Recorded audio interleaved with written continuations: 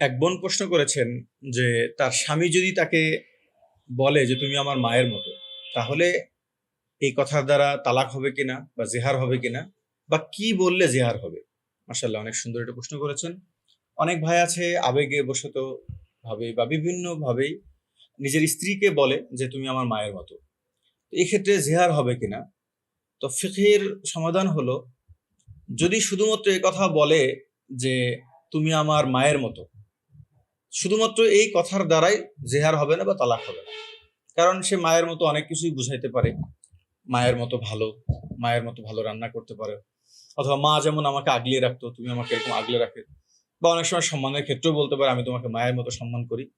তো এই সমস্ত কোনো ক্ষেত্রে শুধু যদি এই শব্দ বলে যে তুমি আমার মায়ের মতো, তাহলে তার এটার দ্বারা জেহার হবে না। তো জেহার হবে শুধুমাত্র যদি বলে তুমি আমার মায়ের মতো হারাম আমার জন্য। এই শব্দটা যদি বলে যে তুমি আমার মায়ের মতো হারাম, তাহলে এই ক্ষেত্রে জেহার হবে, এবং সেক্ষেত্রে জেহারের পরবর্তী যেই বিধিবিধানগুলো আছে সেগুলো যুক্ত হবে। যদি বলে তুমি আমার মায়ের মতো হারাম আমার জন্য, অথবা যদি হারাম কোনো একটা বিষয়কে উপস্থাপনা করে, যেমন তুমি আমার মায়ের পিঠের মতো, তুমি আমার মায়ের পেটের মতো, ঠিক আছে, কারণ সেগুলো তো স্বাভাবিক হারাম। হ্যাঁ, যদি এক্ষেত্রে কেউ বলে তোমার তোমার শরীরটা আমার মায়ের মতো, বা তোমার হাতটা আমার মায়ের হাতের মতন, এগুলো না। অর্থাৎ কেউ যদি নারীকে ডাইরেক্ট এই কথা বলে যে তুমি আমার মায়ের পিঠের মতো, অর্থাৎ এই ক্ষেত্রে যদি সে হারাম মনে করে যে আমি আমার মায়ের পিঠ যেমন আমার জন্য হারাম, আমার মায়ের পেট যেমন আমার জন্য হারাম, তো তোমার পিঠ পেটও আমার জন্য হারাম, এভাবে যদি বলে তুমি আমার মায়ের পিঠের মতো, তাহলে সেক্ষেত্রে জেহার হবে। কিন্তু যদি শুধুমাত্র এই শব্দটা বলে যে তুমি আমার মায়ের মতো, বা এমনি মা বলে ডাক দেয়, এটার দ্বারা কি হবে না, জেহার হবে না বা তালাক হবে না।